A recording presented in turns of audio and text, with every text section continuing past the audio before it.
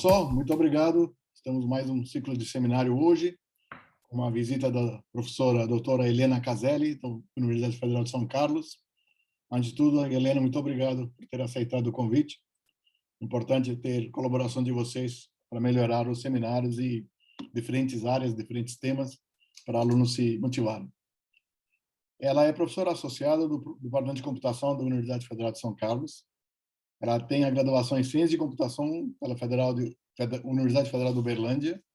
Ela fez mestrado, doutorado e pós-doutorado em Ciência de Computação pela Universidade de São Paulo, no Instituto de Ciências Matemáticas Computacionais, também em São Carlos. E ainda fez 2 estágios na Universidade de Alicante, na Espanha. A experiência dela na pesquisa, interesse também, é inteligência artificial, sempre atuando em temas de aprendizagem de máquina tradicional e deep learning, processamento automático de linguagem natural, em particular português e inglês, e aprendizado multimodal e tradução automática, entre outros. Professora Elona, mais uma vez, obrigado. O microfone é seu. Pessoal, quem lembrar, assine seu nome e curso para Rafael contabilizar presenças e desligam os microfones. Obrigado. Obrigada, Vijay. Obrigada aí pelo convite, né? Obrigada a você, o Rafael, a Luba, que colocou a gente em contato. É um prazer estar aqui, tá? Falando com vocês. Então, assim, o Vijay já falou um pouco da minha trajetória, né? Eu sou cientista da computação e desde o mestrado comecei a trabalhar com processamento de língua natural. Então, essa que é a minha principal área de trabalho, né? Então, eu tenho hora que eu estou mais a fundo no processamento de língua natural, tem hora que eu estou mais a fundo no aprendizado de máquina, né? Mas sempre tentando utilizar as coisas de aprendizado de máquina para manipular a língua natural. Tá? Então, é isso que eu quero falar um pouquinho para vocês hoje. Essa apresentação é uma apresentação tanto geral quanto um pouco prática, né? Então, eu faço uma visão geral do que é o processamento de língua natural, então por isso que tem esse o que, como e onde usar, não é? E tento dar umas pinceladas aí, quem quer começar agora nessa área, né? O processamento de língua natural está em alta. Essa semana eu recebi os artigos do Bracis, que é uma importante conferência de inteligência computacional do país, e tinha muitos da minha área para eu selecionar ali quais que eu gostaria de revisar. E as conferências de processamento de língua natural no mundo também, muitas submissões, né? Vocês devem estar acompanhando alguns modelos de linguagem que geram texto, que até enganam as pessoas, parecendo que são textos gerados por humanos. Então, tem muita coisa que a gente está ouvindo aí, né? E processamento de língua natural está em vários lugares, né? Desde aquele chatbot que você usa para se comunicar, entre aspas, não é? De uma maneira mais automatizada, até esses geradores de língua. Tá? Então, eu vou falar um pouquinho para vocês hoje o que é essa área de pesquisa. Então, o que é a língua natural e o que é a língua artificial? Mudou meu slide aí, só para confirmar, né? Tá mudando direitinho, né, Vijay? Sim, tá. Perfeito. Perfeito. Então, tá bom. Então, a língua natural é essa língua que nós falamos, né? Desde muito cedo, 1 ano e meio, por aí, as crianças já começam a desenvolver a comunicação via língua natural.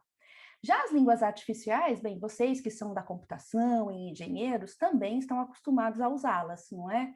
Então, enquanto a língua natural ela é flexível, ela é dinâmica, ela é viva e ela tem muitas dificuldades por causa de várias características como essas, a língua artificial já é algo mais fácil da gente lidar. Né? Então, a língua natural é aquela que os seres humanos falam e usam principalmente para se comunicar. Não é? Esse que é o grande objetivo da língua natural. Não é escrever, é mais a comunicação mesmo e a comunicação oral. Né? Isso que a gente tem visto, inclusive, assim, com o avanço das tecnologias, antes mandávamos e-mail, agora nós mandamos áudio, não é verdade? Então, assim, a comunicação está cada vez mais para o natural e cada vez mais para o falado, tá? Já as línguas artificiais são aquelas criadas artificialmente, né, principalmente por nós, né, da computação, que somos projetistas de linguagem, e elas têm algum propósito. Então, a gente conhece muitas, né, tem inúmeras linguagens de programação.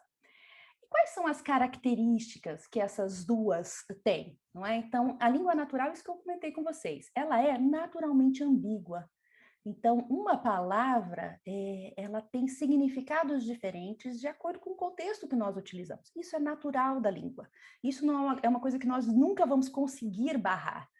Inclusive, e essa ambiguidade, ela não é só de uma língua, ela é de todas as línguas têm ambiguidade, ela é uma ambiguidade que ela pode acontecer em vários níveis da linguagem. Então, você pode ter uma ambiguidade de uma palavra que, dependendo do contexto, você sabe. Por exemplo, canto. Canto pode ser verbo, como pode ser substantivo, mas dependendo do jeito que eu uso, claramente eu consigo saber qual que é aquele uso da linguagem, o que ela é, se ela é um verbo ou um substantivo. Já tem outras ambiguidades que estão na mesma categoria gramatical, né? Então, por exemplo, está na moda aí, né? E palavras surgem a todo momento e novos usos das palavras surgem, né? Por exemplo, o verbo cancelar. Não é? Cancelar agora tem a história do cancelar o CPF. Então, quer dizer, um novo uso, pelo menos para mim é novo, do verbo cancelar. Até então eu cancelava uma conta, né? Um plano de telefonia celular, por exemplo. Agora a gente cancela o CPF, quer dizer, é um outro contexto de uso e é o mesmo verbo. Tá? Então, a semântica aí, a ambiguidade, isso torna a língua muito difícil de ser tratada. Se para nós já é difícil, humanos, imagina então para uma máquina. Tá? Mas isso é da língua, ela é ambígua, ela é usual, ela é informal e ela está viva. Isso que eu comentei com vocês é isso, não tem como a gente parar a língua e falar, vamos agora estagnar, ninguém cria mais nenhuma palavra, ninguém cria mais nenhum uso da linguagem, esquece, isso nunca vai acontecer. Então, assim, quando a gente fala de processamento automático de língua, a gente tem que ter essa ideia de que o modelo que você treina hoje, amanhã ele pode ser obsoleto, porque ele pode não dar conta dos novos usos, das novas palavras, das novas estruturas que estão surgindo por aí. Já escutei colegas meus linguistas dizendo que o subjuntivo, que é um dos tempos verbais que nós temos, não é? Vai cair em desuso. As pessoas, os jovens já não usam mais, tá? E já a língua artificial é mais um lugar mais tranquilo para a gente trabalhar, não é? Ela não tem ambiguidade, ela é mais formal. Poucos, entre parênteses, entre aspas, conhecem, né? Cada vez mais estão conhecendo, as crianças estão tendo aulas de linguagem, de programação nas escolas, então, quer dizer, vai se tornar uma língua, às vezes, mais usual do que era lá quando eu era criança, tá? Mas ela não admite tanta flexibilidade, tá? Então, o que o processamento de língua natural tenta fazer é como que a gente consegue usar, então, a língua artificial, porque é assim que os computadores entendem, não é verdade? Com a língua controlada, com a língua formal, com a língua sem ambiguidade, para cuidar da língua com ambiguidade, não é? Para cuidar de uma língua que é natural. Então, o nosso caminho dos pesquisadores em processamento de língua natural, ou outros nomes que a gente tem na área, linguística computacional, ou do inglês Natural Language Processing.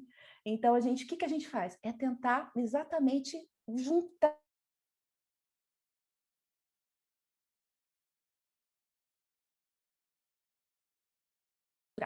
tá?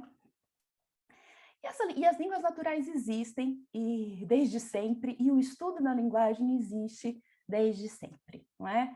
Então, o que a nossa área de computação, né, com linguística, o que ela faz? Então, a gente tem linguística mais computação versus computação mais linguística, né? Então, se você está no processamento de língua natural, a ênfase está mais no computacional. É uma nuancezinha assim que a gente tem entre as duas coisas. Se você está na linguística computacional, a ênfase está mais na modelagem para depois gerar os modelos computacionais. Então, eu prefiro estar na linguística computacional, porque eu prefiro, é a minha preferência, de estudar a língua e conhecer o problema para depois modelar as soluções, tá? Então, embora eu trabalhe com um aprendizado profundo, né, que não faz isso, né, eu gosto sempre de embasar as minhas decisões na teoria linguística. Então, a linguística, ela modela a língua e a computação vai lá e tenta implementar os modelos que resolvem isso, tá? Então, combinando essas áreas. Então, a ideia, o objetivo da nossa área de PLN ou de linguística computacional é tornar os computadores aptos a processar a língua natural. E vejam que por processar aqui é um mundo, né? O processar é tanto entender a língua natural. Então, quando eu converso com a minha assistente virtual, eu quero que ela entenda o que eu estou falando, não é? Como que ela faz isso? Ela tem que receber a minha entrada que está em voz, processar isso. Antigamente a gente fazia a conversão para texto, hoje em dia já vai direto de voz mesmo para o modelo, né? Já entra a voz e o modelo já dá a saída para a qual ele foi treinado, né? Para gerar. A gente também tem a geração da língua, né? Então, quando ela retorna para mim a resposta, ela não vai retornar isso em texto, em código Morse, ela vai retornar em língua natural, não é verdade? Então, ela tem que gerar também a língua, e nesse processo de entendimento e geração, a gente tem uma das aplicações de processamento de língua natural, que são uma das mais complexas, que é uma das que eu mais trabalhei, que é a tradução automática. Então, você tem que fazer o processamento da sua entrada, que é a sua síntese, fazer um mapeamento para um contexto, uma semântica, e traduzir para outra língua e gerar essa língua no final. Então, tem síntese, tem geração e tem o processo de mapeamento aí no meio. A gente também quer extrair conhecimento útil, né? Quem processa muitos textos e a grande quantidade da informação que a gente tem está na forma de texto, ou seja, é dado não estruturado. Então, para quem está acostumado a fazer coisa de aprendizado de máquina, não é atributo valor. Não é uma tabelinha cheia de colunas em que você tem, olha, para o peso o valor é esse, para a idade o valor é esse. Não, é texto. É texto, e deste texto, dessa informação não estruturada, temos diversas aplicações que tentam extrair dali conhecimento útil. Então, por conhecimento útil, estou dizendo, isso aí vai ser útil para quê? Para representar, às vezes para mapear uma informação estruturada, colocar num banco de dados para uma outra aplicação, extrair conhecimento para um sistema especialista. Tá? Então, processa a língua natural, geralmente em texto, para extrair conhecimento útil. E lá e vamos em frente, né? O nosso último, né, objetivo seria se comunicar, conseguir fazer uma comunicação. Como duas pessoas conseguem fazer, a máquina também conseguir fazer. O famoso teste de Turing, né? Enganar a pessoa que está ali de um lado, do outro lado é uma máquina, e enganar a pessoa que está aqui, fazendo ela acreditar que quem está lá do outro lado realmente é uma pessoa também, e não uma máquina, tá? E quão difícil, então, é processar automaticamente a língua natural? Eu trago aqui um exemplo de uma sentença simples para vocês, né? A sentença é a seguinte: o menino foi para a escola de ônibus. Então, quando eu falo isso daqui para vocês já fizeram na cabeça de vocês, já entenderam essa sentença. O menino foi para a escola de ônibus. Você já sabe que o menino foi para a escola de ônibus, né? Não vou dar muitos detalhes, que nós vamos construindo conhecimento aqui. E a máquina, quando ela olha para isso, o que ela vê? Tá? Então, eu vou mostrar para vocês alguns passos que geralmente nós fazemos, os cientistas, né, os projetistas aqui que trabalham com esses sistemas de PLN, o que nós fazemos, então, para processar essa entrada textual? Tá? Primeiro passo que geralmente a gente faz é quebrar essa sentença em tokens. Tá? E aí, quem já trabalhou um pouco com compiladores, é o mesmo processo que a gente faz numa linguagem artificial. Quando você escreve um programa em Python, né? Python é interpretado, mas também segue os passos de um compilador. Quando você faz um processo em Python, também tem que quebrar a sequência em tokens, para você saber se aquilo é um comando condicional, se aquilo lá é um identificador que pode ser o nome de uma variável e assim por diante, tá? Então, o primeiro processo aqui é quebrar essa sentença de entrada em pequenos pedaços, que são os tokens. Então, a gente chama isso de tokenização, tá? Em seguida, uma outra coisa, então, separei já os tokens, uma outra coisa que eu posso fazer, que geralmente nós fazemos, é que esses tokens, eles têm papéis diferentes aqui, né? Da mesma forma que nas linguagens de programação, eu tenho um comando condicional, eu tenho um identificador que pode ser uma variável, eu tenho um número, aqui também, né? A gente consegue ver, e vocês vão lembrar lá do ensino médio, né? Eu consigo ver aqui um artigo, um substantivo, não é? Então, eu consigo ver, olha, o O e o A são artigos, ou o que a gente chama de determinantes, né? Menino, escola e ônibus são substantivos. Foi é verbo, e o para e o de são preposições. E até a gente tem até os símbolos de pontuação, que, dependendo do contexto, são importantes, porque eles delimitam ali a unidade da sentença, tá? Esse processo é o que a gente chama de etiquetação morfossintática, porque nós olhamos para a morfologia, ou seja, para como a palavra é, né, as características dela, mas nós também olhamos para o papel dela no todo, né, na sintaxe, né, nessa estrutura, tá? No inglês a gente chama de part of speech tagging, part of speech é parte do discurso, tá? Então, etiquetação de part of speech também a gente fala, tá? Só trazendo aqui os termos, porque se vocês forem procurar, é bom vocês também terem esse link com a terminologia em inglês. Então, eu consigo detectar. Por que isso é interessante? Se eu estou fazendo uma análise de sentimentos, por exemplo, eu quero saber se essa sentença ela é positiva, neutra ou negativa. Para mim, não me interessam as preposições, por exemplo. Pode jogar fora, né? Os artigos. Não faz diferença. Eles não trazem nenhuma carga para mim que vai me ajudar na análise de sentimentos, não é? Então, a gente precisa saber, então, quem são esses tokens para poder fazer uma filtragem daquilo que interessa para a minha aplicação em processamento de língua natural, o que me interessa manipular. Aí eu posso ir subindo no nível de processamento, né? Eu posso agrupar esses elementos. Então, o menino é um sintagma nominal, tá? A escola é um sintagma nominal. É nominal por quê? Porque o núcleo é um nome, é um substantivo. Para a escola é um sintagma preposicional, porque tem aquele para ali de preposição. De ônibus também é outro sintagma preposicional. E a gente, um dos grandes problemas das línguas naturais, de uma maneira geral, que não é só do português, é aonde que eu atrelo o meu sintagma preposicional. Ele foi de ônibus, não é? Ou escola de ônibus? Né? Onde é que eu linko esse de ônibus aqui? Porque vocês concordam comigo que nesse contexto não foi. É a maneira como ele foi para a escola. Ele foi de ônibus. Mas se fosse uma escola de piano, não é? Piano também seria um substantivo, seria a mesma estrutura gramatical aqui. Mas esse de piano, aí eu já tenho que atrelar a escola, porque a escola, ou escola de arte, né? Sei lá, tá? Então, porque aí é a escola que é para aprender aquela coisa, piano, artes e por aí. Tá? Então, é um problema também da língua, do processamento automático, é onde que eu grudo esse sintagma preposicional, porque tem a mesma sequência, é o mesmo casamento de padrão, mas dependendo da semântica, do contexto, aí eu tenho que atrelar num canto ou em outro, tá? Então, esse processo de identificação de sintagmas, a gente também chama de chunking, né? Cada um desses pedaços são os chunks. Eu posso montar a minha árvore sintática e atrelar esses pedaços. Então, eu tenho o foi, que é o verbo, que é a minha raiz da árvore, e vou lá associando as suas partes, tá? Isso a gente chama de análise sintática ou parsing. Então, nós temos parsers, que são as ferramentas que fazem essa análise sintática. E vou subindo, não é? Então, aí eu cheguei na sintaxe. E a semântica? O que significa a semântica? É eu entender cada uma dessas palavras, o que elas significam no mundo, né? Então, eu sei que menino, olha lá, já fiz a imagem disso. Escola, ônibus, eu tenho as imagens na minha cabeça. Então, se eu estou falando sobre entendimento da linguagem, eu tenho que ir nesse nível, porque não é só processar padrão.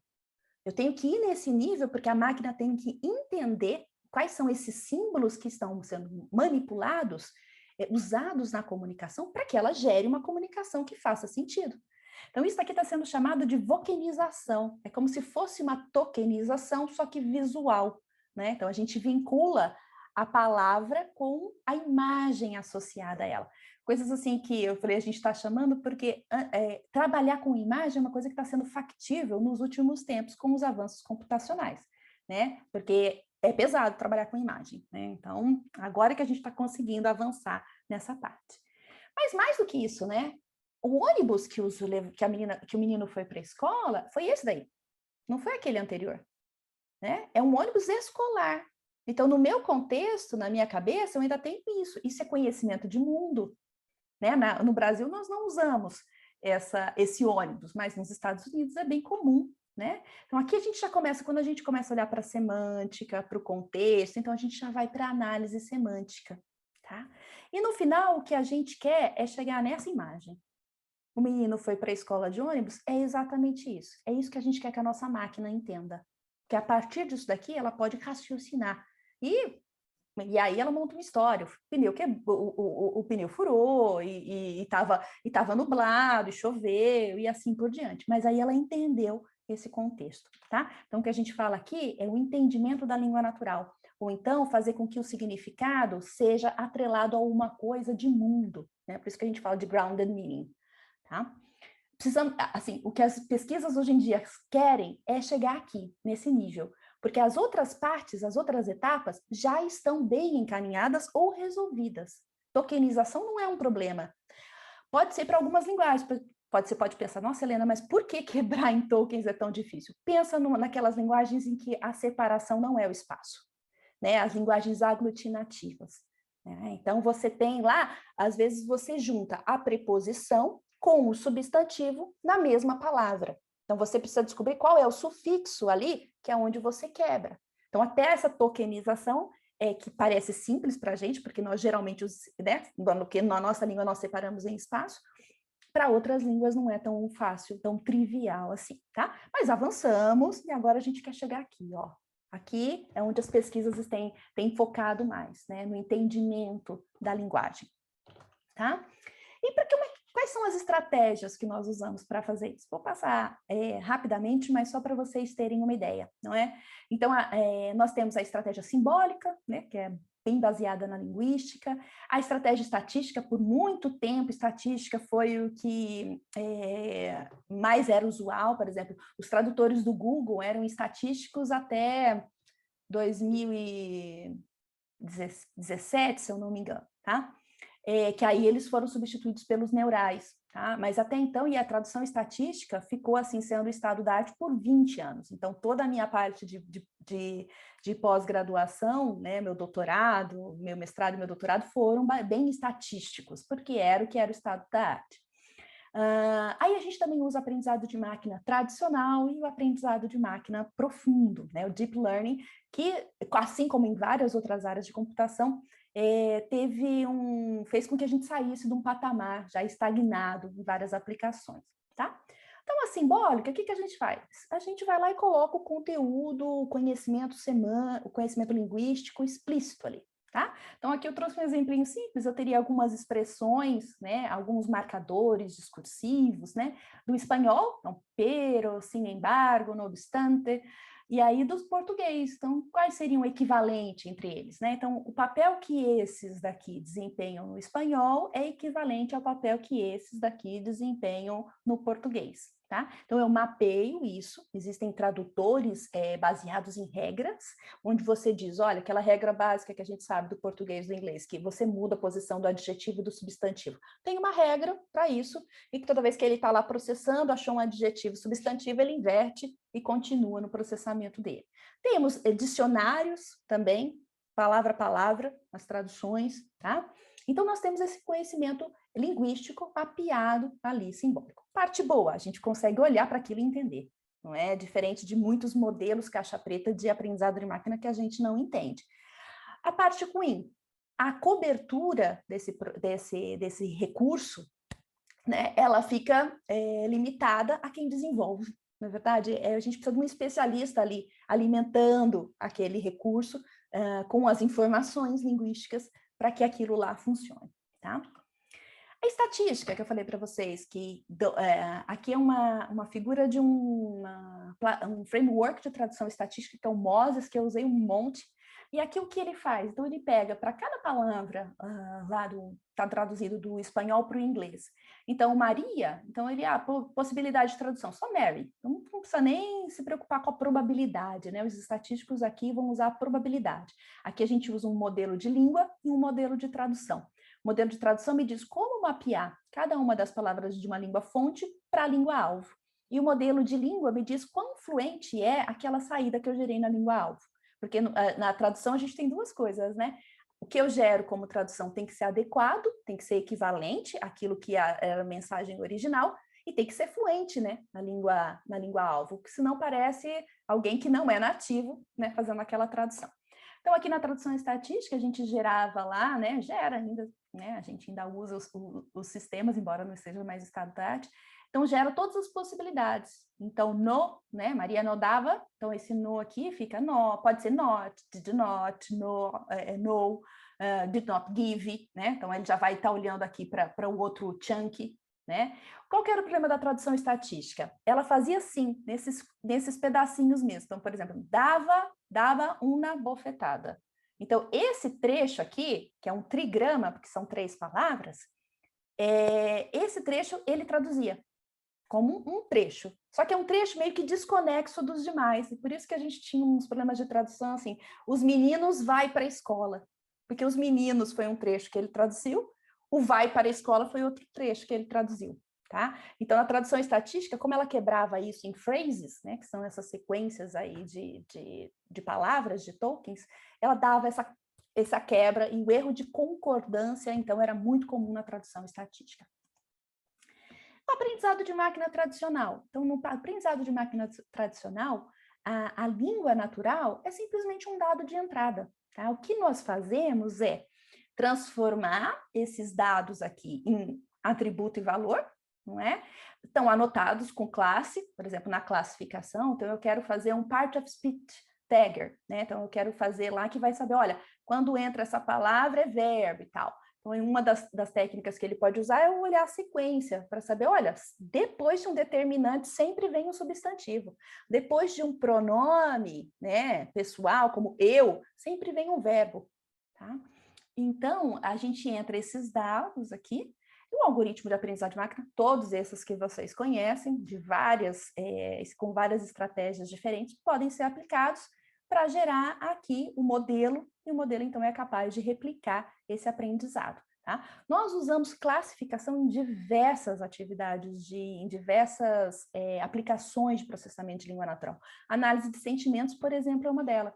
Né? Então, entra a sentença, rotulada como positivo, negativo e neutro, conjunto de treinamento, o algoritmo de classificação é aplicado, gera-se um modelo, e aí você consegue rotular novos dados de entrada. Tá? E aí, no aprendizado profundo, né, como eu falei, assim como em diversas áreas da computação, o aprendizado profundo também trouxe ganhos aqui para o PLN, e no aprendizado profundo, um dos grandes ganhos que nós tivemos é usar as redes neurais, né?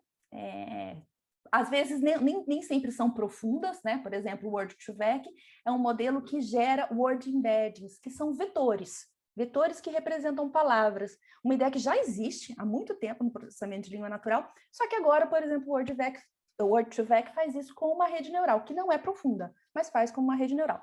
O Glove nem é rede neural, tá? Mas as Word Embeds, elas servem de entrada para vários modelos neurais que são treinados, por exemplo, para análise de sentimentos. Qual que é a diferença? Lá no tradicional, eu tenho a sentença e a categoria. Aqui, no Deep Learning, eu vou ter o vetor das palavras, ou o vetor daquela sentença, né, a word embedding daquilo lá, e a categoria. E a minha rede, e jogo isso para uma rede neural profunda, tá? CNN, RNN, pode fazer a combinação que você quiser aí para ele gerar ali a classificação do sentimento no final. Essas word embeds são interessantes, porque aqui tá fazendo a representação gráfica, né? Ficou muito famoso isso. Quando você faz a representação no espaço vetorial de 300 dimensões para rei, ele vai estar para, né, a representação, assim, tão distante da representação de homem, quanto rainha está de mulher. Tá? Então, você consegue andar nesse espaço vetorial fazendo aí soma, subtração desses vetores, calculando a distância cosseno, euclidiana, tá? Entre esses vetores para você verificar a semântica ou até a sintaxe, tá vendo? Walking para walked, swimming para swam, tá? Então você consegue capturar essas características da linguagem por meio dessas representações vetoriais, tá? Depois das word embeds, surgiram os modelos de língua contextualizados. Qual que é a diferença? A word embedding estática. Você tem uma word embedding para a palavra casa. É uma representação lá de 300 dimensões, você que diz como é que é, treinada num conjunto de dados, daqui a pouco eu vou mostrar para vocês quem são esses dados, treinada naquele conjunto de dados, e eu gero aquela representação vetorial da palavra casa. Ela é única. Aí, nos modelos contextualizados, essa representação já não é mais única. Eu tenho casa em vários contextos. Eu tenho casa no sentido de eu comprei minha casa própria, eu tenho casa no sentido de eu vou para casa, estou muito cansada, tá? Então, eu tenho esse casa, tá vendo que um casa é no sentido de bem, eu comprei minha casa própria, é um sentido de bem imóvel. E o outro, eu vou para casa, estou muito cansada, é um casa no sentido de lar. Tá vendo que tem essa diferença semântica cultural, não é? Contextualizada. Então, os modelos de língua contextualizada conseguem fazer isso. E aí, esses sim são neurais profundos. Tá? Então, a gente tem uma sequência, se você for procurar isso na internet, aqui eu trago um Towards Data Science, que é um dos blogs científicos lights que a gente tem, né, que explicam os modelos de linguagem contextualizadas e outras coisas aí. Então, vocês vão lá e deem uma olhada, tem os videozinhos, tem umas coisas interessantes que explicam como é que essas coisas acontecem, como é que esse treinamento é feito, tá? E por que eles são poderosos? Porque é uma rede neural, daquele jeito assim, a rede neural, vai atualizando seus pesos e retroalimenta, não é? Pode ir, voltar, várias camadas, cada camada aprende um tipo de informação, então uma camada está lá mais no nível superficial, a outra já não está mais no nível sintático, a outra já está começando a pegar semântica. Então, esses níveis, vários neurônios e as retroalimentações fazem com que esse processo fique robusto. Qual que é a diferença do aprendizado profundo do aprendizado tradicional? No tradicional, eu tenho que dizer quem são os meus atributos e valores. Aqui, no Deep Learning, eu não preciso. Eu dou um conjunto de dados e ele aprende, dentro da caixa preta dele, como atualizar os seus pesos de tal maneira que ele aprende a reproduzir aquela tarefa, tá? Depois a gente fala mais sobre isso aí, se vocês tiverem dúvidas. E quem são esses dados que a gente usa para aprender, então? Quando a gente está falando de mexendo com língua, nós não usamos geralmente conjunto de dados, nós usamos a palavra corpus. Corpus é um conjunto de textos, tá? Então, aqui trago para vocês um exemplo de um corpus, que eu uso bastante nas minhas pesquisas, que é o corpus FAPESP. Ele é um conjunto de textos da revista Pesquisa FAPESP. Então, há um tempo atrás, nós pedimos autorização para o FAPESP liberou esses textos para a gente, e são interessantes porque eu tenho lá são textos formais, né? São textos de divulgação científica. Então, a gente tem aqui, por exemplo, Paraná cria laranja transgênica, e aí esse é o título e vem todo o texto. Então, é um texto bem escrito, é um texto de norma culta, como a gente fala, a linguagem está sendo bonitinha aqui, sem nenhum internetês, né, tal. Então, daqui, geralmente, esse é o tipo de texto em que as ferramentas de processamento de língua natural geralmente são usadas para aprender, né? Elas aprendem a partir disso, tá? De textos bem comportados. Então, esse é um corpus. Aí a gente tem algumas variações, né? Na pesquisa FAPESP, eu tenho o mesmo texto escrito em inglês e espanhol também. Então, a gente começa a ter um corpus paralelo, quando eu tenho o mesmo texto escrito em duas línguas. E quando eu falo texto, gente, pode ser texto, pode ser sentença, pode ser parágrafo, tá? A unidade aí pode mudar. Então, esse é meu corpus paralelo. Então, eu sei que aqui, esse texto, em português, é a tradução desse texto em inglês. O original foi feito em português e eles foram traduzidos por humanos para outras línguas, tá?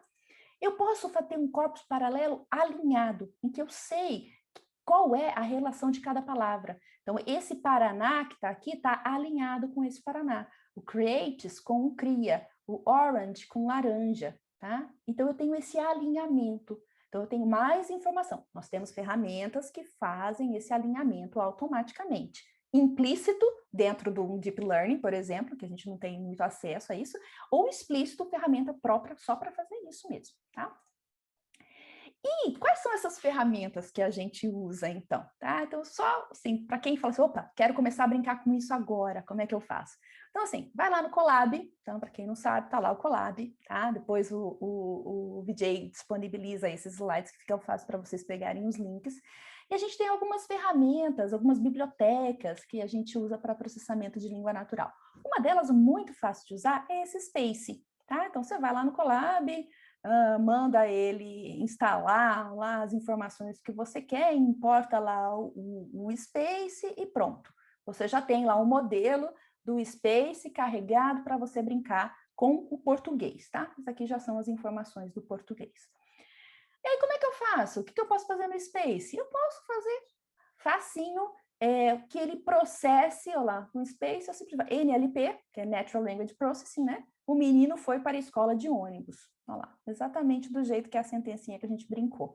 Então, como é que ele faz? Ele separa isso em token para mim, né? Na verdade, ele já, quando eu faço esse NLP, ele já faz vários processamentos. Então, aqui, por exemplo, eu estou mandando ele me mostrar quem é o token que ele identificou e qual que é a categoria desse token. Tá vendo? Ele está dizendo que o é determinante, que o menino é substantivo, que o foi é verbo, tá? E assim por diante, tá? Então, ele tem um tag set, a gente fala assim, né? Um tag set, que é um conjunto de etiquetas em que a gente descobre o que são esses significados aqui. E ele vai lá e faz esse processo para mim. Então, já quebrou em tokens e já disse qual é a categoria deles.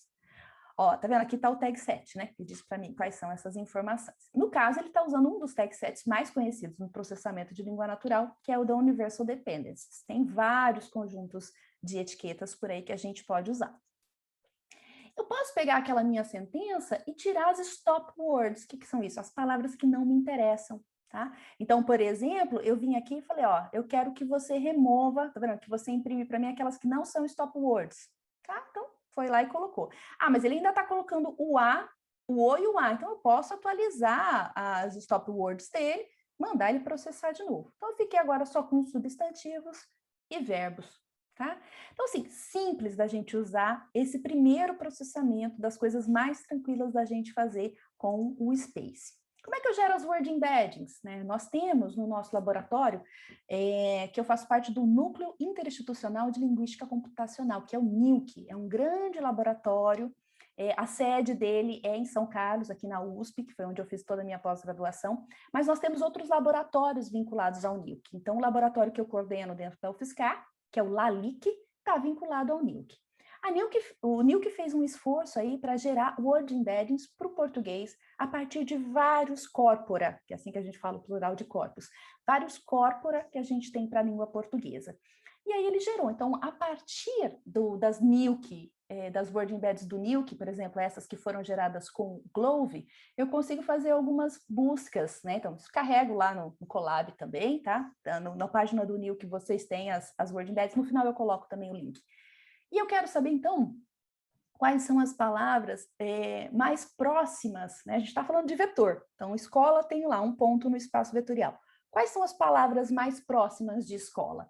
Eu achei lá alunos, escolas, ensino e assim por diante, tá? Então, isso que eu consigo fazer, como se eu olhasse aqui no meu espaço vetorial, posso fazer essa plotagem lá no meu Colab, e aí eu descubro, então, ó, aqui escola, tá vendo? E aí a gente tem aí quais são as palavras e como elas estão distribuídas no nosso espaço vetorial, tá? Posso também gerar minhas próprias word embeddings, tá? O que eu fiz aqui? Eu peguei um outro corpus, não, aqui acho que eu peguei as mesmas do NILC, né? Eu quero mostrar usando as pré-treinadas, eu quero fazer gerando minhas próprias word embeds. Então, eu fui lá e peguei um corpus que está no Kaggle. Kaggle também é outro repositório muito bom para vocês de aprendizado de máquina de uma maneira geral, e tem várias coisas, modelos treinados e código e recurso disponível para vocês treinarem suas próprias aplicações. Fui lá, então, peguei os dados que estão lá no Kaggle, dos tweets classificados por análise de sentimento, tá? Então, aqui tá lá, eu só queria conseguir comer alguma coisa, tal, positivo, tá? Não fiquei muito me perguntando se isso daqui, qual é a qualidade disso, não. Baixei, por quê? Porque eu queria um conjunto de dados que não fosse tão comportado, porque as NILC Word Embeddings foram geradas a partir de textos jornalísticos, textos bem comportados. Eu queria textos assim, de internetês, né, que tem as abreviações, ó, PQ, PR, não é? Eu queria coisas diferentes, né? Ó, meu like, eu queria umas coisas diferentes para gerar minhas Word Embeds mais moderninhas. Então, eu fui lá, fiz todo o meu processamento com esse texto, esse conjunto, né, esse corpus que eu peguei, né, verifiquei lá quantas sentenças eu tenho, 785 mil sentenças, tá? E fui lá e mandei ele treinar as minhas word embeds usando o Word2Vec, que é um dos modelos que a gente tem no Gensim, que é outra biblioteca que a gente importa, tal. E gerei as minhas próprias word embeds. Para quê? Eu queria verificar quão diferente essas word embeddings são daquelas mais comportadas do NILC. Então, eu coloquei escola, mesma coisa. Eu quero saber quem é a palavra mais próxima de escola no meu modelo treinado agora com esse conjunto de dados lá do tweet, né, de análise de sentimentos do tweet. Ele achou faculdade, tá vendo? Mas olha que interessante, ele achou facul, ele achou uni, tá vendo? Que são gírias, né? Abreviações. Cursinho, não é? Tá vendo? O pessoal lá, né? Tinha até um cursinho aqui, né, entre as que ele foi encontrando e tal. Então, quer dizer, a gente já verifica que, dependendo do conjunto de textos que eu usar para gerar o meu recurso linguístico, e as word embeds são isso, um recurso linguístico que eu posso usar em muitas aplicações, então, dependendo do conjunto que eu uso, eu posso gerar outro conjunto de dados. Então, se eu estiver gerando word embeddings para o domínio do petróleo, eu vou achar uma outra terminologia. Word embeddings do domínio das ciências biológicas é outra coisa, tá? Então, eu consigo fazer um retrato da língua que está sendo usada naquele contexto. É interessante isso para muitas aplicações, tá certo? Alguns desafios atuais, né, de PLN, só para a gente fechar aqui a nossa fala. Como eu disse para vocês, a maioria da informação que a gente está trocando hoje em dia está nas redes sociais. E as redes sociais, ninguém fala bonitinho como se estivesse escrevendo um texto jornalístico, né?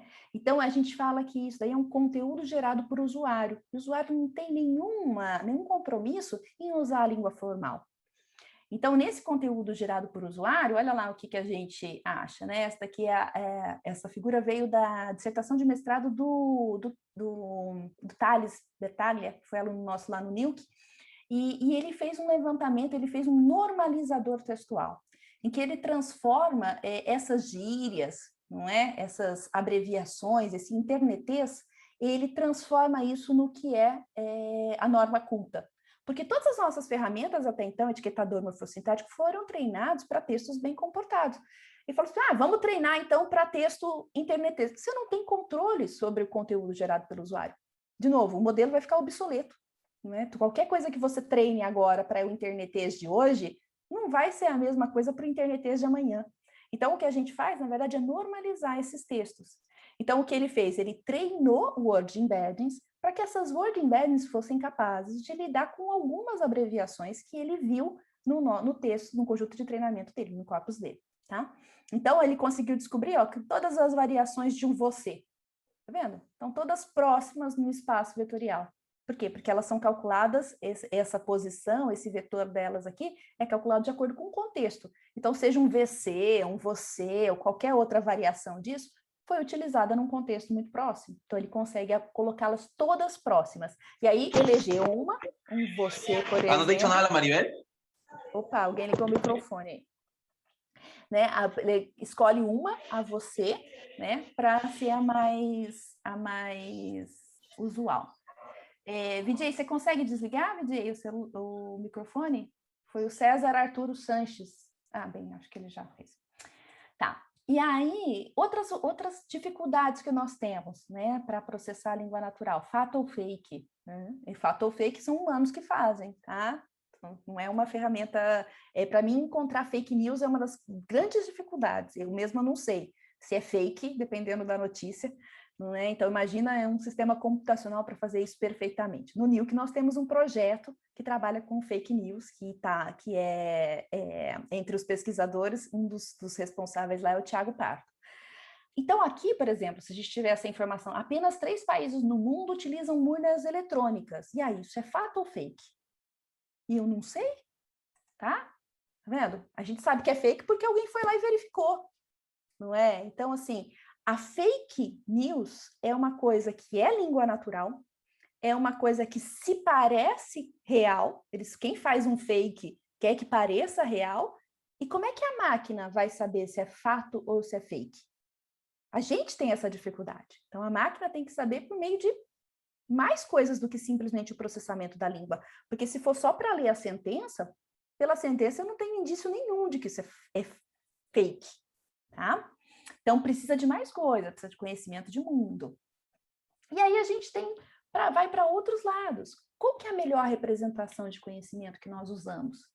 Eu vou fazer a engenharia de features, em que eu digo lá quem são os meus pares de atributo e valor, ou eu vou deixar que o Deep Learning aprenda para mim? Vou usar modelo de língua, word embeddings, representação simbólica. Por exemplo, uma das maneiras mais que está sendo bastante estudada hoje em dia é uma representação simbólica que chama Abstract Meaning Representation, que ela faz um grafo, como esse que está sendo mostrado aqui, em que ela vincula as instâncias. Então, essas 3 sentenças aqui têm essa mesma representação AMR.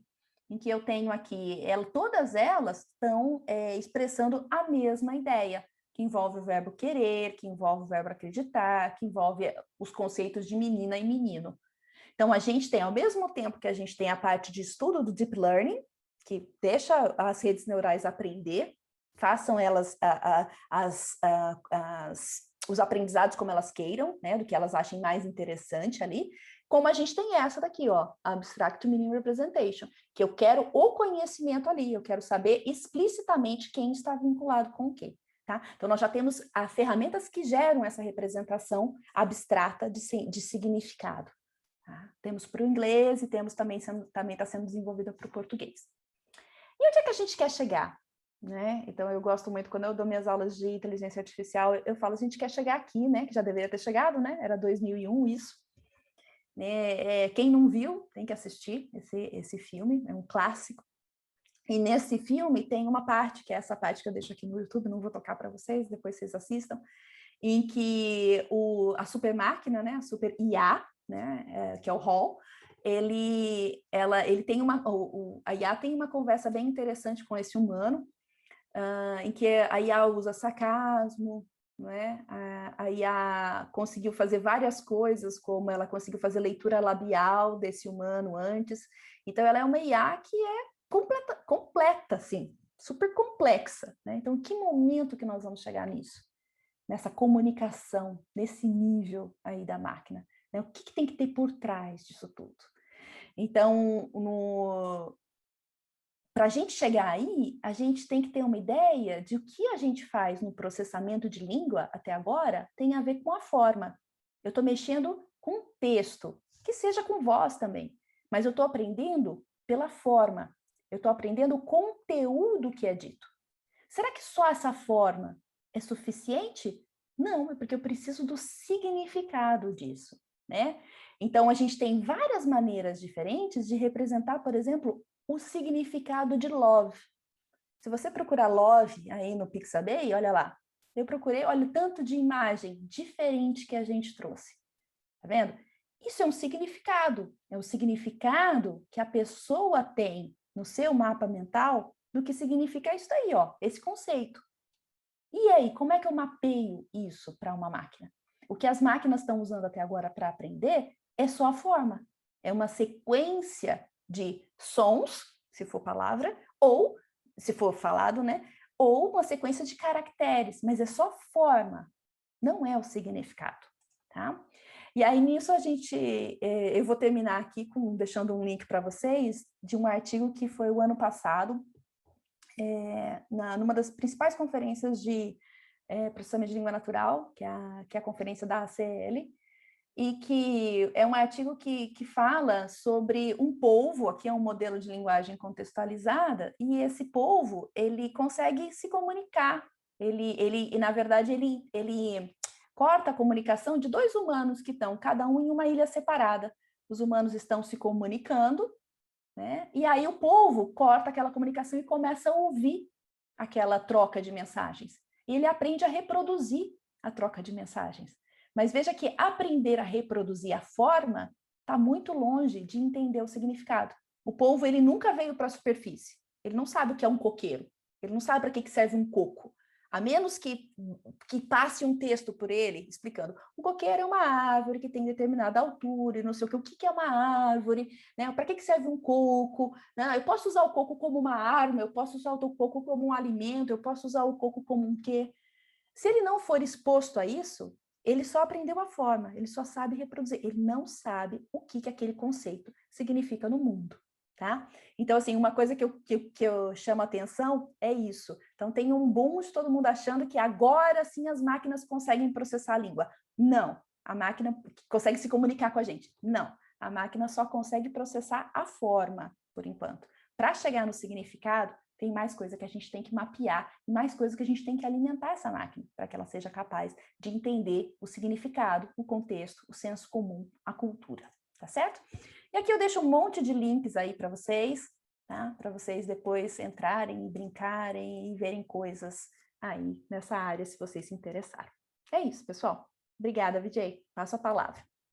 Helena, muito obrigado e fiquei com muita inveja da palestra, porque a didática que você tem dá inveja mesmo. Muitos professores, como eu, nós temos que levar mais sério e aprender as boas formas de didática. Parabéns mesmo. Obrigada, obrigada.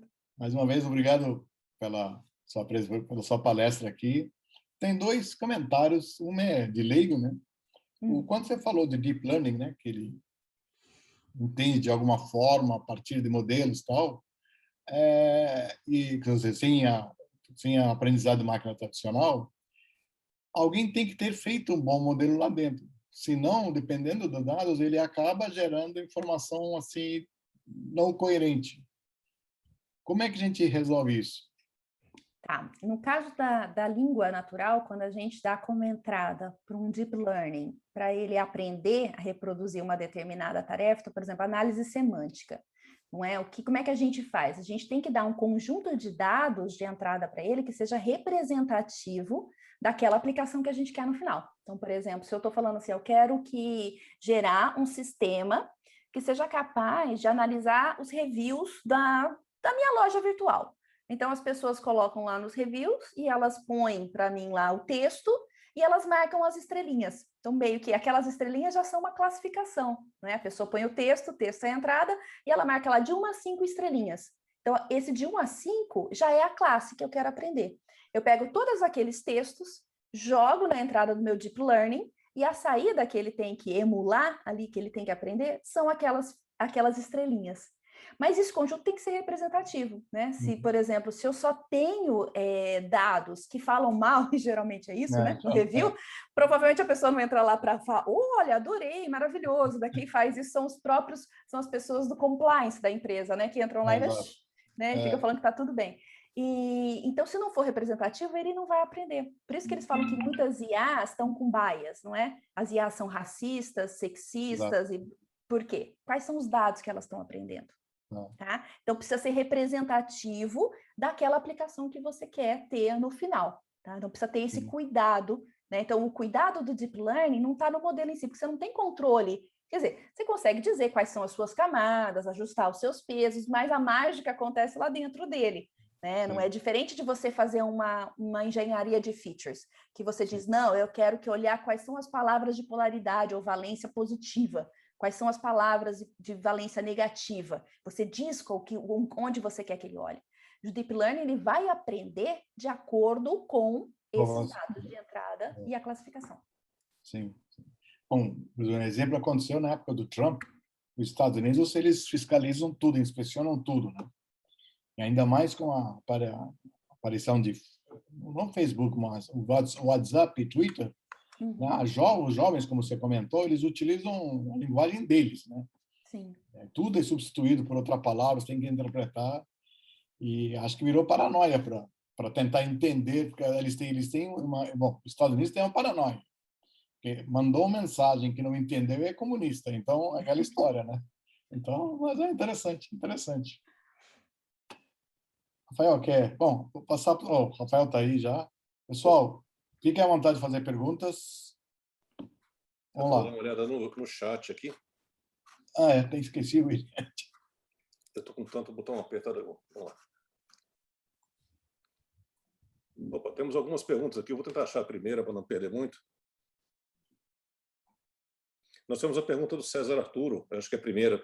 Se o desempenho dos algoritmos mais recentes de análise variam em cada língua, em caso positivo, você saberia dizer qual é a língua mais complexa para os algoritmos de análise? Húngaro. Pois é, não é? Eu poderia dizer assim, tipo, chinês, mas como eles pesquisam tanto, não é verdade? Eles estão mais anos-luz na frente do que a gente. Sim, variam de linguagem para linguagem. Isso é uma coisa bem chata, vamos pensar assim, da nossa área de trabalho, né? Porque enquanto quem trabalha com imagem, gente, imagem é imagem em qualquer lugar, não é verdade? Né? Então, assim, todo mundo entende a imagem de um carro. Agora, quando você fala de língua, não, né? A palavra pode ser carro, car, e assim por exemplo, coche, né? E assim por diante. Então, não adianta você pegar um modelo treinado para uma língua, que ele não necessariamente vai funcionar para outra língua. E outra coisa, às vezes as línguas, e às vezes não, as línguas mudam, né, na sua estrutura. Então, o japonês tem uma ordem de disposição das palavras que é completamente distinta da ordem das línguas latinas, né, por exemplo, que nós temos. Então, se eu fosse dizer assim para você quais são os modelos que se saem melhor, eu diria que é para o inglês, por algumas características. O inglês é simples, né? Ele tem muito menos flexão verbal do que o português, por exemplo, ou do espanhol, né? Ele é uma língua bem comportada, porque, por exemplo, você não consegue nem colocar, chove, está, né? Choveu, não, precisa de um pronome ali, né? Porque ele é bem comportado nesse sentido. E tem muita pesquisa, não é? Então, assim, o processamento do inglês foi o que primeiro começou. Então, a gente está sempre olhando, né, quais são as estratégias para o inglês e adaptando elas para o português. Então, às vezes, a gente tem uma dificuldade de publicar na nossa área, porque às vezes eu faço um modelo legal que vai super bem para o português, mas ele não tem nada de inovador, cientificamente falando. Ele está só reproduzindo uma coisa que já foi feita para outra língua. Mas se eu não fizer isso, o português não avança, né? Tem um colega meu que fala assim, eu faço pesquisa patriótica, né? É isso mesmo, a gente tem que trabalhar com a nossa língua, senão o processamento do português não vai para frente. Se eu puder só complementar a pergunta dele, seria então proporcional a medidas de complexidade da linguagem mesmo, também à quantidade de pesquisadores nela, né? Eu acho que é isso. Eu acho que tem a complexidade da linguagem, tem o investimento na pesquisa realizado, né, no interesse, investimento não só financeiro, né, o investimento de homens-hora, não é, trabalhando na pesquisa daquela linguagem, sim. Obrigado. E os recursos, né, também, né, Rafael, por exemplo, tem línguas que a gente tem muito pouco recurso. A gente trabalha com língua indígena, processamento automático de língua indígena. Nossa. Você tem coisa que você não tem nem documentada, tá? Então, tem essa dificuldade. Eu lembro que eu vi há um tempo atrás, a CNN fez um levantamento das línguas mais difíceis para aprender, mas deixaram bem claro, isso é para americano. Porque não é uma coisa assim, não existe a língua mais difícil para aprender genérica, né? Sim. E eles reclamaram muito do húngaro. O chinês tem aquelas características todas, mas eles falaram que o húngaro tem uma complexidade de gramática de dar nó na cabeça. Por exemplo, se fosse para mais difícil de falar, eu diria que é francês, né? Eu comecei a estudar francês e eu falava assim, gente, né? eu nunca vou conseguir pronunciar o francês da maneira correta, nunca, porque é tanta pequena nuance, né? Uhum. Temos a pergunta da Marcélia aqui também. Ela quer saber quão difícil é treinar uma PLN que consiga entender vários idiomas ao mesmo tempo durante a conversação. Por exemplo, nativo legal. Português e nativo americano. Legal, já tem, viu? Já tem, Marcele, essa parte do multilingüe, né? Tem modelos que são treinados multilingües. Esse modelo de linguagem contextualizada que eu comentei com você, o BERT, tem uma versão dele que ele é multilingüe. Ele foi treinado para todas as línguas juntas. Por quê? Porque ele tem aquele negócio, embora a forma que a gente use para representar a palavra é diferente, o contexto no qual ela é usada é comum, né? Então, todo mundo dirige um carro. Se eu estou dirigindo o carro, ou drive a car, ou dirigindo um coche, entendeu? Mas está vendo que tem o uso da semântica que se repete nas línguas, nem tudo, claro, tem coisa cultural, tem outras coisas assim. Por exemplo, eu lembro que na Espanha, aqui a gente usa um macaco, né, para trocar o pneu do carro. Lá eles usam um gato. Muda o animal, entendeu? Mas é um animal, tá? Então, assim, tem isso. Tem pesquisas também que fazem o processamento multilingüe. E aí já gera um modelo que ele é multilingüe. Tá? Corrigindo, essa pergunta foi do Matheus Miranda. A pergunta da Marcélia é a próxima. Que ela quer considerar professora Helena, considerando uma aplicação em que os textos são rotulados, existe algum método em processamento de linguagem natural para tentar resolver o problema de desbalanceamento de classes de saída? Então, na aplicação, você tem os rótulos para os textos, e qual seria o método para tratar com desbalanceamento de classes de saída? Tá. A gente usa um método que é bootstrapping, por exemplo, que a gente reproduz, cria novas sentenças artificialmente a partir de trechos de sentenças reais, por exemplo. Isso daí seria uma maneira. Substituição de sinônimos, né? Então, eu tenho pouca coisa da classe positiva, mas eu sei que tem sinônimos entre belo, bonito, lindo, e isso aí eu saio substituindo e gerando outras versões que também fazem parte daquela classe, só que são versões diferentes. Tem uma pergunta rápida do Fabiano aqui, mas é genérica. Ele quer saber se o material fica disponível. O vídeo a gente disponibiliza no canal do YouTube, mas se a professora quiser passar para a gente o material, a gente pode passar para os alunos depois também. Tá, faço isso, coloco os slides aí. E vou colocar no meu site também, ó, no Laliq. Olha ali em cima, tá vendo? Tá? Okay. Coloco lá o link com o PDF dessa apresentação. Temos a pergunta do Juliano Cruz. Na sua opinião, quais são os temas, de maneira macro, mais quentes atualmente na pesquisa relacionada à NLP? Tá. Então, a gente está nesse processo dos modelos de linguagem, né? Então, por exemplo, esses modelos de linguagem contextualizada, como o PET, GPT-3, eu não sei se está no 3 ou se já são, cada vez eles vão aumentando, né? Da OpenAI. E aí, esses modelos, o que as pessoas estão agora querendo entender? Querendo entender como é que as coisas acontecem lá dentro, né? A gente está numa vertente do aprendizado de máquina, de uma maneira geral, de explicar o aprendizado de máquina, explicar a IA em si, né? Os modelos ali, como é que eles foram aprendidos. Então, o que está quente no momento é isso, né? De entender como é que esses modelos de linguagem aprendem e o que eles não aprendem. Porque está todo mundo achando que eles são maravilhosos e os cientistas já estão percebendo que não, que eles têm limitações. Esse artigo do Polvo mesmo, no final, é isso. Ele não aprende a língua, ele aprende a reproduzir a língua. Não é? Então, quer dizer, tem até um outro do papagaio também, né? Quanto que um papagaio consegue realmente saber o que ele está falando? Ou se ele só está reproduzindo, tá? Legal. Temos a pergunta também do Adriano Almeida. Ele quer saber se alguns modelos já são capazes de extrair informação semântica a partir de imagens, com algumas CNNs. E quais são os desafios envolvidos na integração disso com PLN? Se existe iniciativa nesse sentido? Opa, inclusive trabalho com isso, multimodal, adoro, texto e imagem. Faz um tempo aí que eu comecei nesse processo. A gente tem isso sim, então, da mesma forma que nós temos modelos que são treinados para várias línguas, nós temos modelos que são treinados para vários modos, né? E o que eu tenho percebido com os meus alunos nos projetos deles é que um modo complementa o outro. Né? Eu vivo brincando que eu sou naturalmente de processamento de língua, processamento de texto. Então, quando nós treinamos um modelo textual, um modelo visual e um modelo multimodal, o que nós percebemos é que o textual vai muito bem, o visual vai mais ou menos, e o multimodal vai melhor do que o textual sozinho. Então, quer dizer, o visual, ele incrementa algo no textual, mas o textual já é bastante poderoso. Então, eu brinco que aquela máxima que diz que uma imagem vale mais do que 1000 palavras é mentira, né? Porque as palavras têm mais peso nessas aplicações que a gente faz do processamento multimodal. Tá? Então, sim, tem muitos trabalhos disso, e são trabalhos, e que a gente tem percebido isso, a gente consegue complementar. Inclusive, esses modelos de Deep Learning, muitos surgiram primeiro com a parte visual. Então, como é que a CNN, né, que vai lá combinando as suas partes, né? Então, a CNN aprende pedacinhos da imagem, e aí ela combina isso hierarquicamente. E essa ideia também foi usada para o processamento de texto. Então, para análise semântica, você combina as representações das palavras, aí você vai subindo até você ter a semântica, para você dizer qual é a polaridade daquela sentença. Então, se você procurar as coisas de multimodal, texto e imagem, você vai achar bastante coisa. Obrigado.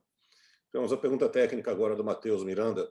No caso das CNNs, como se dá um input shape da primeira camada convolucional? Nem ideia.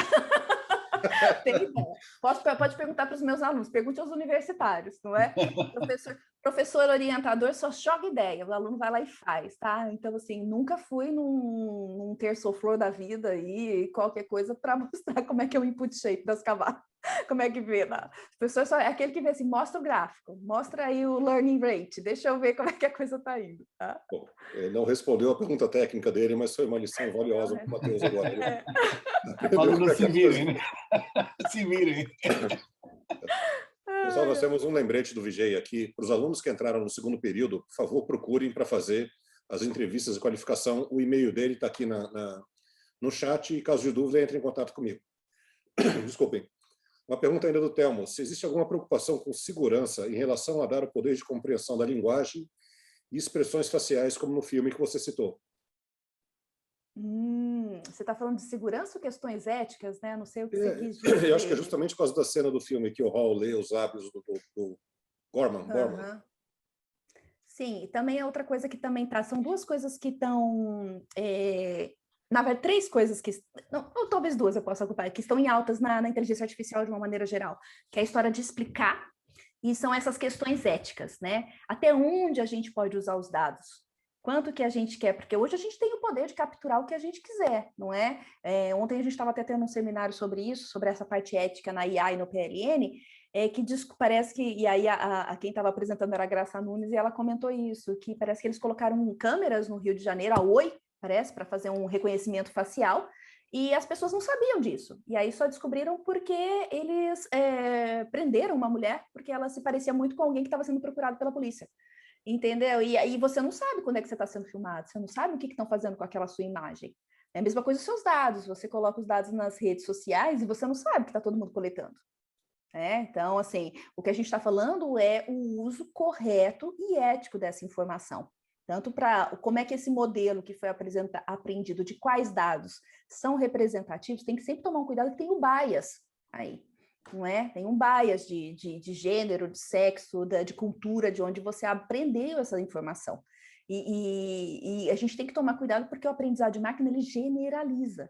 É assim o princípio dele, ele não aprende um específico, ele aprende o geral. É daí que ele gera o modelo dele, tá? Então, assim, em termos de segurança e de ética, eu acho que a gente está muito atrasado para definir regras. Precisa ter regras, precisa ter claro isso. As pessoas precisam saber onde é que os dados delas estão sendo usados. Precisa saber para que fim aquilo lá está sendo usado, tá? O Google está escutando o que você fala, não é verdade? O Facebook está lendo o que você posta. Então, toma cuidado. Ok. Muito obrigado. Pessoal, se tiver mais alguma pergunta, se vocês quiserem fazer diretamente ou fazer pelo chat, a gente pode passar.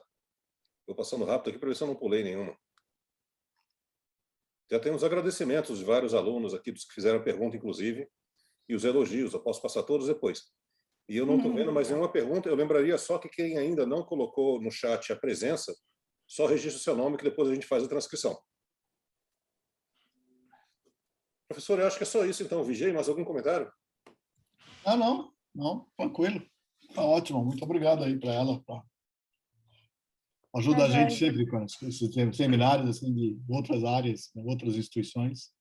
Eu vou fazer uma pergunta. Que tenha aberto aí um mundo novo para todo mundo que estava escutando. E a gente sempre acha alguma... apareceu uma pergunta rápida aqui do Otaviano. Se os autoencodes também são utilizados? Sim, são utilizados. Tá? Autoencoder, modelo de atenção, né, que surgiu aí na parte visual e depois foi muito usado na tradução e agora está todo mundo usando de tudo quanto é jeito, self-attention. O BERT tem self-attention, tá? Então também é usado sim. Ele pergunta se tem algum exemplo. Acho que você passou um exemplo agora, em sinônimos, né? Sim. Dá uma olhada nesses modelos que eu citei aqui, que você vai encontrar. Ok. Então, se ninguém tiver mais nenhuma pergunta, eu quero fazer uma para encerrar e abusando do fato de eu não ter visto o seminário todo. Mas existe alguém trabalhando com modelos de identificação de sotaque e palavras localizadas? Eu não sei como é que é o termo para isso. Em japonês existem duas coisas curiosas. Primeiro, existem palavras que elas são incrivelmente locais. Então, até assim, alguma maneira que as pessoas falam, elas são, eu sei de onde você veio, porque você usou essa palavra. Eu vou dar um exemplo no Brasil. Se algum de nós aqui começar a falar égua da palestra legal, você sabe exatamente de onde ele veio. Ele veio lá de Belém. Ou da região lá. Adriano pode confirmar isso para mim. O japonês tem isso também. Tem palavras localizadas, inclusive tem uma coisa bizarra, tem discriminação. Tem palavras que você não fala fora da sua região, porque o pessoal vai olhar para você e falar, você é um caipira. Coisas estranhas. Existe alguém trabalhando com identificação, por exemplo, de uma coisa que nós fazemos muito bem. A gente ouve um baiano falar, não sei nem se ele é baiano, mas ele foi rotulado como baiano. Gaúcho, paraense, carioca, por causa do sotaque, paulista, mineiro. A gente começa a fazer isso aqui. Existe alguma pesquisa assim nisso? Ou é uma curiosidade? Tem sim, viu? Tem um repositório vocal eu só não vou lembrar exatamente qual é meu colega de PLN que trabalha com isso, mas tem um repositório vocal dessa parte é um banco de dados das pessoas falando as mesmas sentenças com sotaques diferentes. E palavras locais também? Eu não sei. Palavras locais também. Então, a gente tem tanto a parte vocal, né, e quanto a parte de dicionário mesmo, como se fosse um dicionário, não é? E que você sabe, e regional. Você sabe que aquele termo é usado naquela região com aquele contexto, né? Por exemplo, eu lembro direitinho, desse do dicionário, a Daniela Claro, que é da Federal da Bahia, trabalha com isso, que eu lembro que ela falou assim que, por exemplo, a quantidade de palavras que tem para prostituta, por exemplo, é quenga, sabe? E vai. Dependendo do lugar onde você está, é outra coisa. Né? Então, assim, é uma coisa que, por exemplo, eu lembro de uma que é a lombada, né? Acho que aqui em São Paulo a gente fala lombada, né? Tem lugar que fala que é tartaruga, tem lugar que fala que é guarda deitado, tem um lugar assim. Ou a rotatória. Eu morei em Minas, né? Fiz minha faculdade em Uberlândia. É o queijo, né? A rotatória é o queijo. Faz o queijo. Você chega ali e você faz o queijo. Faz o queijo onde, gente? Cadê o leite, né? Cadê o leite? Cadê o leite? Então, tem muita Você coisa. está falando que é trevo. Vou só colocar essa aí, mais para provocar o pessoal de Belém que está aqui com a gente. Quando eu morei em Belém, o pessoal apontava a parede e falava: olha a osga. Eu achava que era alguma coisa gigante que ia, sei lá, matar a gente. Os capixabas chamam de taruíra. E aquelas lagartixinhas de parede que comem mosca. Mas é engraçado, que lá eles falavam osga, é uma palavra que eu nunca ouvi falar na minha vida, era exatamente isso. Carapanã, tem muito isso. Mas essa base que eles usam, ela é a base usada para treinar, é uma base usada assim para... Ela é usada para treinar um modelo que generaliza ou ela é usada para identificar uma nuance de um modelo treinado?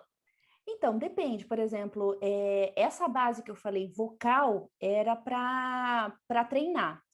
A base que eu te falei do dicionário, ela é mais por um recurso mesmo, um recurso para estudo linguístico, tá? Ela, pelo que eu sei, ela até agora não foi usada para treinar um modelo de língua, para identificar.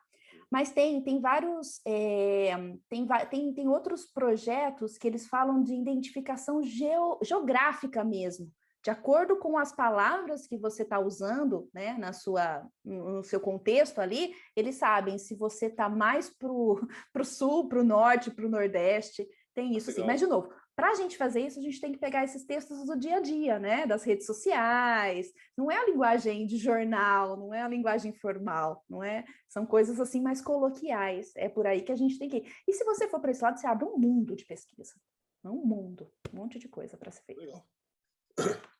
Obrigado, eu estava com essa curiosidade, porque falei, tem história já aqui, quem circulou no Brasil, quem trata com aluno que vem de todo lugar, já aprende sempre um pouco, né? Sim, okay, então, pessoal, se alguém tiver mais alguma pergunta. Então, professor, temos rápido aqui do Adriano aqui, que todo esse contexto também pode ser extrapolado para uma previsão, por exemplo, dado o início de uma sentença, saber a sua possível conclusão? Sim, isso daí é até para... A gente usa isso, né? Quando você está no seu celular, digitando uma sentença, ele não está fazendo a predição do que vem depois, não é? Uhum. Então, isso geralmente é estatístico mesmo, né? A probabilidade, a palavra que você usou como uma frequência menor, então, assim, não precisa de muito de aprendizado de máquina aí nesse processo, né? Dá para a gente ter uma coisa mais estática, assim, pela estatística de uso, tá? Mas dá para fazer isso, a gente chama de inferência, não é inferência textual, né? Inferência genérica, né? Mas inferência textual. Você começa a sentença, ele já infere como é que você vai terminar. É o que o Google está usando quando você digita o seu e-mail. Você já usou isso? Não. Ok.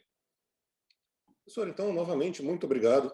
A gente vai preparar esse vídeo depois para disponibilizar. Se a senhora puder mandar para a gente o material Claro. da apresentação ou colocar ele no site, eu depois coloco um link na referência do YouTube. Tá pessoal, bom. Então eu agradeço a todos. Eu lembro que a gente não tem um seminário programado para a semana que vem, mas nós já estamos retomando a nossa agenda e eu imagino que a gente vai ter pelo menos 2 em julho. Então, nós vamos fazer divulgação completa no Facebook por e-mail para vocês. Dia 15 já tem, tá? Oi? Dia 15 já tem confirmado a palestra. 15 de julho. Dia 15 eu acho que nós temos uma. Eu não consigo ver ela aqui. É o Clayfer Garcia Semadem. Isso, nós temos.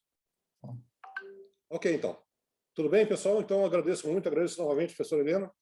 E até o próximo seminário. Tá joia, pessoal. Obrigado, Helena. Até prazer em conhecê-la. Até mais. Obrigada, Vicente. Até logo. Tchau.